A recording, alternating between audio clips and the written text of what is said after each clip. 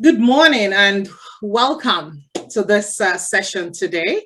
I always like to, first of all, say thank you to Eric and Craig, our awesome partners, for having us join this event today from RBC Royal Bank.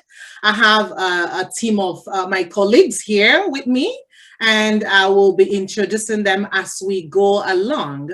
So the only addition that I'm going to add to my bio on the screen, I like to say this just as to kind of give hope to the listeners on this call today. As you can see on my screen, I did 8 years banking career in Nigeria. And arriving here in 2012, I was fortunate to get back to my career in 2014 as a banker. I didn't have to go to a college or a university. So this, I always like to put it right on the front when we are speaking about career, because we get a lot of newcomers ask questions. So do I just forget about my career path and move into something different? Can I ever work in the bank in Canada? Yes, you can. And that is why you're going to be hearing from our amazing recruiter what you need, what is expected of you to get back into that career path, okay? Before we get right into that, I want to introduce to you what RBC Meeting Place is. When Lorena was talking, she said Alexandra works in a team called RBC Meeting Place. So briefly, as you can see on the screen, we're newcomers helping newcomers from our experience of being newcomers to years. So we are a specialized team in RBC, dedicated to support newcomers, to serve newcomers, to help newcomers make their dreams come true. We all left our homes, the comfort of our homes, whatever country you migrated from, we all left it to be here in Canada for a brighter future for us and for our children. And finance is a huge part of that settlement. So that is why RBC finds it very, very important, finds it key as a big focus to support and help and assist our newcomers make sure that their dreams of coming to Canada is fulfilled. Before we get right into showing you what RBC Meeting Place team looks like, I like to start with this question. And I would like one or two persons to please unmute and tell me what this means to you. 1 out of 5 Canadians are born outside Canada. What does that mean to you? How do you feel about this comment? I just like this to be our opening question today. So feel free, unmute yourself. What do you take out of this slide? Anyone? Hello. Hi, Oyin. Hi. So it says 1 out of 5 Canadians are born outside Canada. What I feel or what I understand by this is that 1 out of 5 Canadians are immigrants. Like they came from outside Canada to, they migrated to Canada and then, they became Canadians. So that's what I understand. Like people from different parts of the world. Canada is open to everyone. It's open absolutely. Oyin, that is very, very good. That's exactly what I was looking for. This is a land of newcomers. It's a one place. It's open for everyone. So we don't want anyone to ever feel, oh, I'm the only Nigerian in this room. Nobody will understand me. I can't ask that question. They're going to laugh at me. No, because 1 out of 5 of us we're not born here.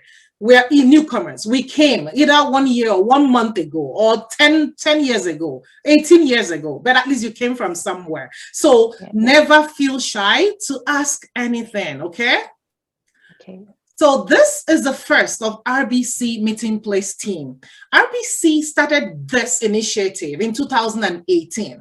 Instead of having all our RBC advisors in the branches doing the regular branch stuff, RBC decided, give back to the community. Let's have some RBC members just right out there in the community, working and supporting newcomers, newcomer agencies, or even one-on-one. Newcomers connect with us on LinkedIn or through the agencies like RBC or CREAC. So we do events together like we're doing today, career events, financial literacy sessions, volunteering. So we're just working in the community and bringing advice and education to newcomers, or some of them that want, like what we're doing today, career info sessions. So the good news is that we help newcomers irrespective of where they bank. You don't need to be an RBC client to be able to access our services. You can connect with any of us on phone, through email, or through your employment counselors at RBC or CREAC. And you do not need to have an account with RBC. Finally, I would like to say we also support our newcomers in over 240 languages. So if there's anyone on this call today, oh, French is your first language, you want to understand banking, how does credit card work? How does mortgage work? Alexandra, I don't want to hear it in English. Tell me in Farsi language, explain it in Mandarin. We have our language partners on our phone, on our iPad. We do a FaceTime or we call them audio, and we will connect and explain whatever you want in whatever language you wanted. So this is our Brampton team. In case you have friends or family in Ontario, we also have the second team was founded just right after the Brampton team. So this is Markham, Ontario. So you can see usually a team of 2 or 3 people working out there with newcomers. So if you have people in Ontario or friends or agencies, let us know and we will connect with them. And this is my awesome team here in Edmonton. For Lucky and Tarek are on this call, always available and open to connect with any newcomer on this call that is in Edmonton. And feel free to email or call. This is our BC team in Vancouver. And finally, we are very excited that we just launched our newest team in Calgary. So that just came. And Dennis, is on the call today. He is the Assistant Branch Manager Advisor for the Calgary team. So anyone from CREAC, you've got your guy here, Dennis, and you would... Denise, can you please just say hi to everyone? At least so they put a face to your name. Sure. Yeah. Hi, everyone. Nice to see a good amount of people here looking to learn about careers in banking. Feel free to reach out to me or Alexandra with any kind of questions. We'll be happy to help. Thanks. Absolutely. Thank you so much, Dennis. All right. So without further ado, I would like to get right into it. Permit me to invite on this virtual stage our amazing RBC recruiter. Lorena has been with RBC, as you can see on the screen, just celebrated her 30th anniversary. And it's one of the key things that really keeps me going with RBC. When I see people say, I've spent 46 years in RBC, 47 years, it speaks a lot. It speaks volume about the organization where people can give 30 years of their life. So it's really an amazing thing. Lorena is the one that recruits for our foundational roles that you're going to be hearing today, the client advisor, the banking advisor role across Alberta. So you've got the right person in the room today. Get ready with all your questions because that's the recruiter you want to talk to. As you can see on the screen, Lorena has done a whole lot of things with RBC, various units, various departments. So she is very well grounded. So whatever you need, you've got that right person to connect to. And I love this quote that she has on her screen. If you love what you do, you will never work a day in your life.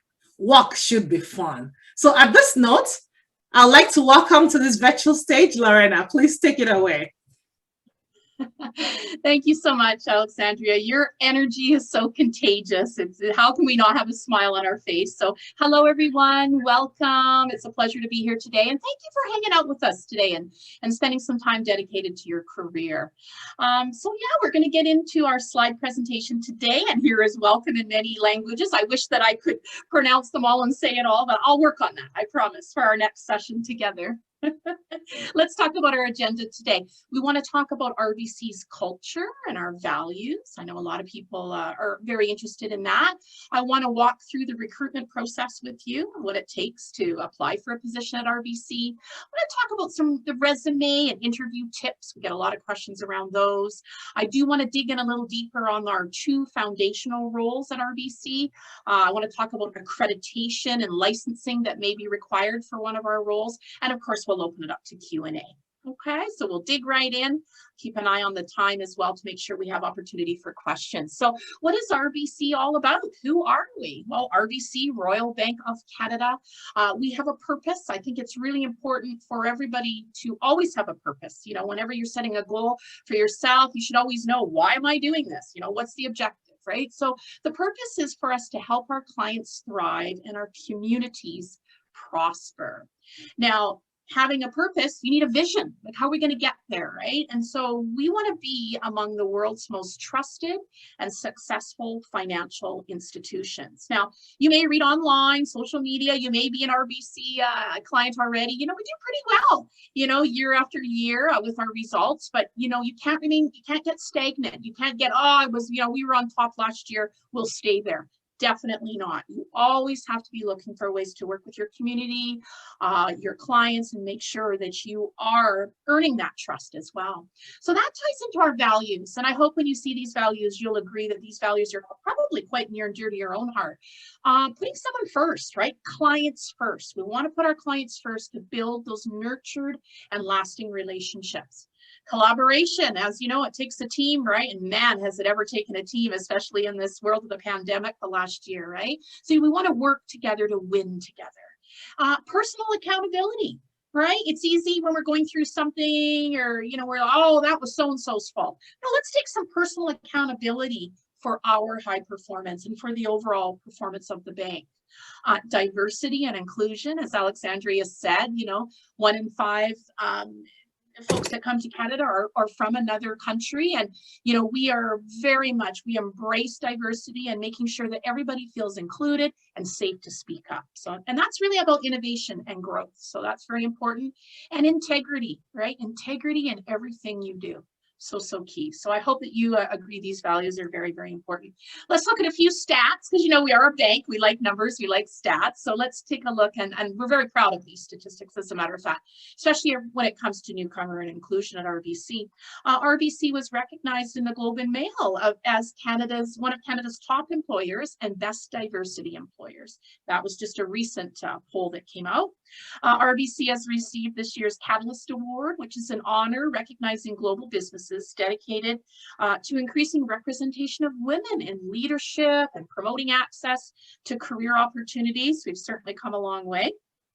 We were issued the 2019 Employer Award for Newcomer Employment by the Government of Canada. We serve our clients in over 200 languages. 35% of our workforce is visible minorities. We have over 80,000 employees. 16 million clients, and we support over 37 countries. So pretty impressive, I must say. Let's dig into the recruitment process. And if you will, pardon me, this is when you are considering applying for a job at RBC. How do you go about doing it? Well, a lot of people go to our company website, which I will put up at the end and under the Q&A slide, but I'll just give it to you now as well. It's www.rbc/career. So if you just search RBC, you'll see our career section. So I would say the company website is the best place to go, but we also offer job postings through many job boards. You may have heard of Indeed, Monster. I mean, this field, any job posting that I do fields out to what I understand is about 40 or 50 different job boards. There's also social media, of course, LinkedIn, Facebook, Twitter, this type of thing. But I would say the company website is by far the most current, accurate place to go. And so you apply for a job, something interests you, you apply for it. What happens next? Well, typically, and to put this into perspective, especially lately, we will post a job for maybe about 5 days, maybe a week total, because we're getting so many applications. So much interest in people wanting to work at RBC. I can let you know, I can post a part-time 24-hour-a-week client advisor position, which I'll tell you a little bit more about in a minute. It's our frontline facing role, and I'll get 150 to 200 applications in 5 days. So we only keep it up for about that amount of time. So if you're wondering, how often should I go on the company website, I'd go a couple of times a week just to make sure you're not missing anything. If we narrow down those 150 applicants to our top 10, 15 candidates. It could come through referrals. It could come through many avenues. We may be looking for a specific quality in somebody. We may invite you by email for a pre-screened telephone interview. That's where you might get me. And I may send you out, well, I will. If I invite you to a pre-screened telephone interview, I will send you out an assessment. An assessment is an online kind of a behavioral assessment where when you answer certain questions and they kind of repeat themselves over and over, it gives us an understanding if you would be an organizational fit for that particular role. Again, it's just a spoke in the wheel of the bike, if you will. We don't use your score on that assessment as the overall reason why we may hire someone. It's just an additional tool. Then you may get that pre-screen interview with myself, the recruiter. From there, I will send the feedback. I will type up notes from our conversations together and send that feedback to the hiring manager of that particular posting.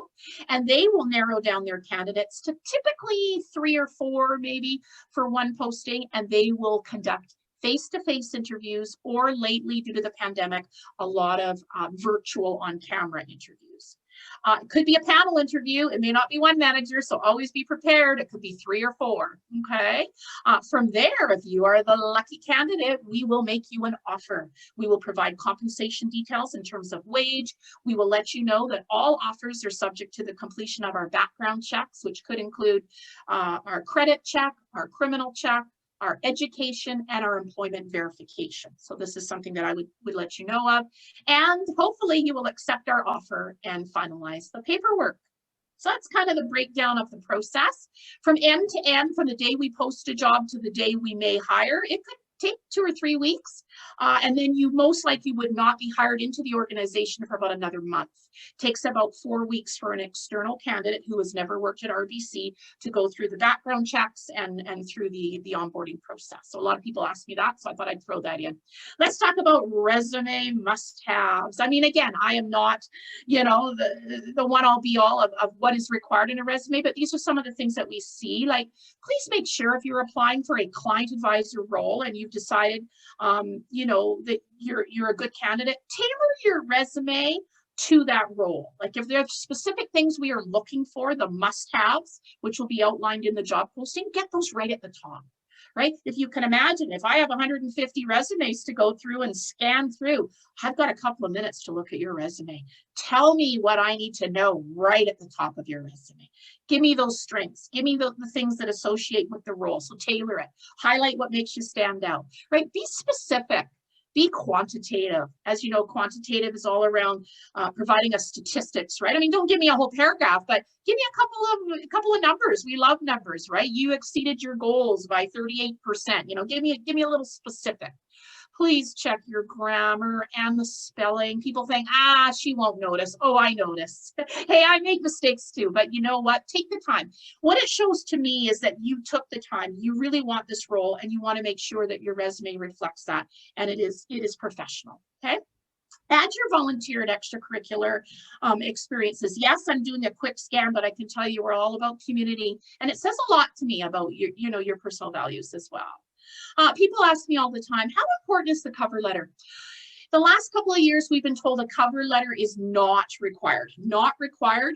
Do I tend to read them? Yeah, I do. I do a quick scan through them just to kind of see, and I'll especially read them if I'm wondering, geez, why is this person from Ontario applying for this job in Alberta? Maybe they didn't realize, but sometimes I go through the cover letter and I'll see that they wrote in there, you may wonder why I'm in Ontario, but I'm willing to relocate. If you're worried that somebody may not read your cover letter and you want to get right to the resume, put it somewhere near the top, willing to relocate. Okay, so it really is just a cherry on top, as they say. It's an old phrase, but the cover letter is not required, but you can add one if you like. Okay, always have your updated contact information. I can't tell you how many times I try to reach out to someone, typically by email, because of the high volume of my desk. I'm known as a high volume recruiter because there are so many people that apply for the two frontline roles, the client advisor and the banking advisor. I just don't have time to get on the phone with every single person. So make sure your emails are current. Save your file as a PDF. That works better for us. Okay. Don't forget, there'll be questions at the end that I'll answer. Resume don'ts. I mean, just, your resume may need to tweak per job, right? So as I say, like, not, one size doesn't fit all for every resume. So just look it over for a few minutes before you send it out. I get a lot of lovely pictures of candidates who want to tell me their gender and their race and their height and the day they got married, and we've got pictures and, we got the whole 9 yards, and it's lovely, really it is, but it is not needed. And actually, as a matter of fact, I would highly recommend that if you have it on your resume right now, take it off, okay? You've probably heard of kind of unbiased consciousness, and what it is that, or bias consciousness is that a lot of times people may look at someone or look at where they're from, or maybe they don't, it's unconsciously that they don't realize that they might be saying, oh, I don't want a male for this job, or I don't want somebody for this particular race. I mean, I'm going to put it out there, right? It does happen. And then some of you may have experienced that. And I don't want any of that. Do you ever watch The Voice, the singing show, where you don't see the person, your back is to them, all you hear is their beautiful voice? I just want to look at your beautiful qualifications. That's it. I don't need to know what you look like, when you got married, none of that. Okay, take it out. Please don't write long paragraphs. As you can see from the example on the right-hand side, really huge paragraphs. Bullet points, just little one-liner points, please. Don't use jargon that we won't understand, right? Maybe you were an accountant, or you had a very, interesting job with all kinds of different, expectations attached to it. Don't use abbreviations and phrases that I won't get. Okay, and you don't need to list references in your resume anymore. Did you know that? If we want them, we'll ask. I can tell you, in the year that I've been in this job, in the 30 years I've been in the bank, we've never asked for a reference, especially in the last 5 years, I would say. No references required. Okay, I'll take a sip of water and let's get into interviews. Look at all those fine professional looking people in that picture. Okay. All right, let's get into the next slide, if you will. Thank you. So the types of interviews. Lots of phone interviews these days. To start, that's the initial call, usually from me. Have a clear phone line. Please prepare for it like it's an in-person interview. Have that confident tone. Smile while you're talking to me in the phone, or one of my fellow recruiters. Be engaged in the conversation and responsive.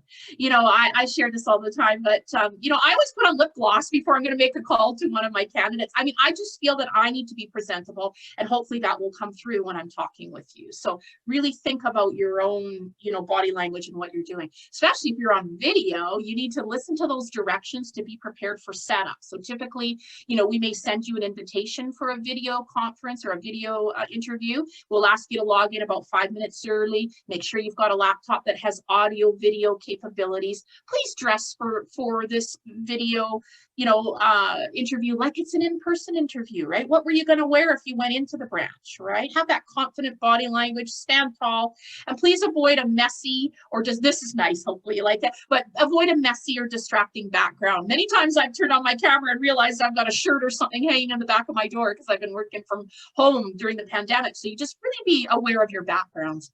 And of course, in person, let's be professional, let's be conscious of our body language, and let's pay attention to the eye contact. And I want to tell you one thing about that before we move to the next slide. A couple of months ago, I was talking with a manager and I was asking for some feedback on the face-to-face interviews that they had. And the manager said to me, geez, Lorena, it's a little tougher these days to get a sense of someone's body language because I have to connect with them through their mask.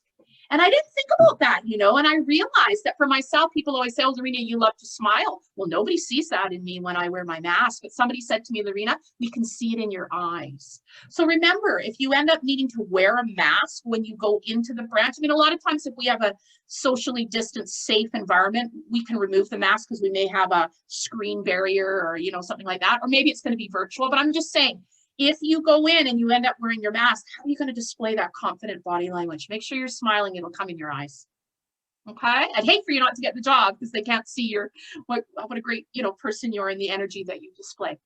What are some of the questions that you may get asked in an interview? I mean, typically, the kind of standard questions are, tell me a little bit about yourself. What are your top 3 strengths? So have those ready, right? We got 25, 30 minutes to talk to you on the phone or in person or virtual. What are your strengths? Why should we hire you over the other 150 people that have applied, right? No pressure, right? And what attracted you to the role? Oh man, I can't tell you. I mean, I had 3 this week, right? I make phone calls, I talk with people and I say, so tell me a little bit about what you think the day-to-day duties are of this role and why are you attracted to it? I don't know, like my friend told me to apply. It's like, hello, right? Like, let's 25 minutes together here, folks. Let's, use this time effectively. Why do you want this role? Study the role, understand the role, and understand a little bit about RBC. Don't quote me all the phrases on the RBC website. I get that every time too. And while I am proud of the fact that you took a moment to look at the website, give me a couple of snippets of something that you took away from what RBC is all about. Okay, practice makes perfect. Practice your answers. I know you're going to be nervous in the pre-screen telephone interview and possibly the face-to-face. Of course you are. I am too. But practice. Did you know what I was doing last night at 7 o'clock at night? I was flipping through these slides and I was practicing, and this is not my first time, right? Practice makes perfect. Be prepared to answer some of the similar questions round after round, but I think what that does for you is that builds your confidence. Okay? How are we doing? Okay, I think we're okay for time. What are we up to next? Here we go. Now, we will also ask you some more behavioral interview type questions. And for a lot of you, this may be new. And so when we ask you to describe a scenario from your work or volunteer life experience, honestly, typically we ask you to describe from your work, just so you know. We really do want to lean in on your work ethics, but typically when we say, just tell me about a time when you went above and beyond to help a customer. You worked effectively under pressure. What was the task? What did you do, right? Maybe you made a mistake. How did you handle it? What was the outcome? Maybe you tell me about a time when you reached a personal goal. What was your action plan? How did you achieve it, right? So when we get you to think a little bit and share an actual example, it helps us understand if you possess the right qualities to be successful in the role you're applying for. So be prepared for these questions. And if you need to ask me, if you need to probe and ask me a little bit more questions to clarify, I'm okay with that. I'd rather you say, Verena, I'm not really clear on the question. Could you repeat it? Right? Take a pause. Could I just have a moment, Lorena, before I answer? Gather your thoughts. I am fine with that. And actually, I appreciate when you do that rather than just ramble off an answer that may not, be useful, right? Okay. So that's behavioral questions, just reflecting, right? And then, of course, I always open it up at the end. I always say, thank you for this opportunity together today. Do you have any questions for me? And, I'm really impressed when somebody asks me a well-prepared or thought-out question, just to really show your curiosity. A lot of people just say no, and they want to get off that phone as soon as possible and take a deep breath. I get it. It's nerve-wracking. You want it over. I understand. But, maybe ask me one question, right? And so here's just some sample questions. And again, make up your own. But, what do you like best about working at RBC? How is performance measured in this client advisor or banking advisor role? What are the next steps? When will I hear from you? Right? What's the timeline? So put some thought into your questions. And another really nice touch, which I always appreciate, is after the interview, within 24 hours, it doesn't need to be right that minute, but a lot of people do send it to me right that minute, but send me a short little message, a little thank you, maybe a takeaway. I really enjoyed our time together today, and I felt like it wasn't an interview, it was more of a conversation, and here's what I took away, right? And I always, I'm very clear and very concise on my deadlines. I know you're waiting and you're anxious, so I like to give you a deadline. I usually say something along the lines of, we're currently in the midst of interviewing candidates. If you should hear back from myself or a manager directly in about 2 weeks or less, but don't be shy. If we hit the 2-week mark and you haven't heard from myself or a manager, pop me a little email. I don't take offense to that. As a matter of fact, I appreciate it. When we've got so many jobs posted and managers are, taking some time to make their decisions, and we want to make sure we make a well thought out decision, we may go a little bit past the 2 weeks, right? So follow up. No worries there. Okay, let's dig into the entry-level roles before we open it and talk about accreditation, then we'll open it up for questions. But these are the two roles that I personally support, and these are what we call the high volume space because we're hiring all the time. I mean, you know, during this entire pandemic, people said, oh, Lorena, you must have been, you know, so bored. No way. I have been going crazy every day. No, it's a wonderful job. It's just very busy. There's a lot of interest in these roles and we've never stopped hiring. Okay, so I probably have at least 30 job postings going right now for various client advisor and bank advisor roles scattered across Alberta, though. I want to be clear because I support all of Alberta. Okay, so how will you spend your day in the client advisor role? Well, 80% of your day will be helping clients with their everyday banking transactions, spotting those opportunities to provide advice and making those referrals. So a client advisor is that frontline role where you are greeting clients, you are assisting with those everyday transactions, and you're really working with our partners to make referrals. Of course, there's a lot more than what's said in this slide, right? You're resolving problems. You're offering our digital we're offering our digital banking. Like we want to make sure our clients feel supported, especially during COVID, with the bank machine and our online banking apps and mobile apps. So you're doing a whole bunch, and you're really building some great relationships with clients and earning that trust. 10% of your day, or maybe your week or so, will be spent goal setting, tracking results, because you're always making referrals and providing solutions for clients that will benefit them. Right? So it's a win-win for our clients and for the bank. You're always growing your skills through professional development, lots of opportunity for upskilling. And of course, you're always, it says 5%, but you're always observing compliance and making sure that your risk standards are up to date and you're supporting as the customer as well as the branch. We offer for the client advisor role, a 6-week paid training program. It's fantastic, and we're going to help you with your career development, mentorship, and growth opportunities.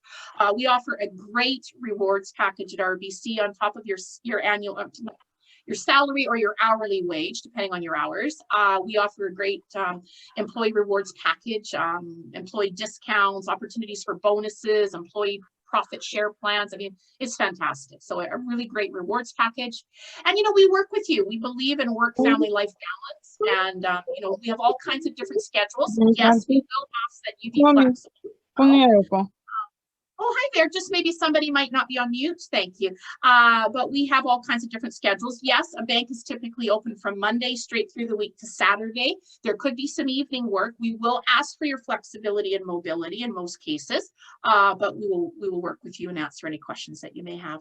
Okay, so that's client advisor, entry-level role. Great place to start if you're new to banking, or maybe you want to understand banking. It's your first role of banking in Canada as well. Understand RBC's products, and then a lot of people from that role, maybe after 1.5 to 2 years, maybe a little bit less these days. Banking advisor role is the next excellent step.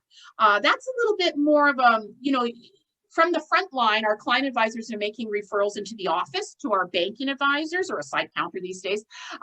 So this is what this is. This role is really about going a little bit deeper with that advice, right? So providing that helpful financial advice, nurturing again in those meaningful relationships, delivering that best-in-class service, opportunity spotting, right? You're opening bank accounts, business opportunities, credit lines, investing, mortgages. You're working with partners as well. So really spotting those opportunities, helping clients. Again, there is an expectation in the banking advisor role that you will spend time out on the line as a career, sort of like a mentor, but you will work as a client advisor as well on the front line a certain time per week to engage in helping our clients, and of course growing. You do through professional development, upskilling, you do require a mutual fund license in order to apply for banking advisor role. You have to have those proven customer service skills, preferably in the financial, retail, or customer service industry, strong financial acumen so that you can deliver that insightful advice. You need to be goal-oriented with a knack for spotting opportunities, and again, personal flexibility to work a variety of shifts. As we wind down our slides, I just wanted to go to the final slide because a lot of people ask us about mutual fund licensing. What's that all about? Well, for the banking advisor role, you do require your Investment Funds in Canada certificate. We love abbreviations in the bank. We try not to use them in front of the clients, but we'll use them together today. The IFIC, Investment Funds in Canada. So you need to either have that, or you need to have the Canadian Securities course, the CSC. You'll notice that these are, you know, mutual fund licenses, and you'll read there that the IFIC is that foundational knowledge regarding mutual funds, plus that legal, ethical, and professional responsibility. It's good for 2 years. It does expire. You would have to retake it. Upon completion, you would receive your mutual fund license. And Canadian Securities, you know, a baseline regulatory requirement to perform securities, mutual funds, alternative funds. This one's valid for 3 years. You, again, would have to retake it if it expires. And it also grants you that representative license. A lot of people ask us, oh, I didn't get, there's a website there. They're the pros. I am not the professional in this. So if you're going to ask a question today around mutual funds, I would really rather you head right to this website, Canadian Securities Institute, www.csi.ca.